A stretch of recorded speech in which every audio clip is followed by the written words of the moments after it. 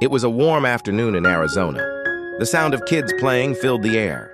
And in the middle of it all, a 9-year-old boy named Evan rode his favorite skateboard down the street.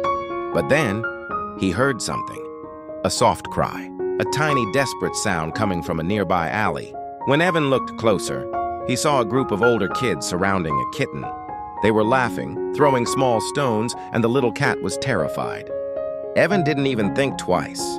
He jumped off his skateboard and ran straight toward them. "Stop!" he shouted. But the boys didn't listen. So Evan did something no one expected. He threw his skateboard between the kitten and the bullies. The skateboard hit the ground hard, scaring the boys away. They ran off, leaving the kitten trembling and alone. Evan picked her up gently. She was shaking, her fur matted with dirt, eyes wide with fear. He wrapped her in his t-shirt and whispered, "You're safe now." When he got home, his mom could hardly believe what had happened. They cleaned the kitten, fed her warm milk, and took her to a vet. The little one was weak, but alive.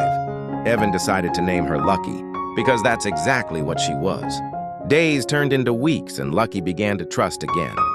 She followed Evan everywhere, curling up beside him, meowing when he left the room. A few weeks later, a local news station shared Evan's story. The internet exploded. People called him the little hero, and animal lovers around the world sent him messages of love and thanks. The ASPCA even gave Evan a bravery award. But when reporters asked him why he did it, he just smiled and said, "No one deserves to be hurt, especially something that small." And that's the heart of this story. Compassion doesn't need to be big or loud. Sometimes it's just a small boy and a skateboard that changes the world for one tiny life.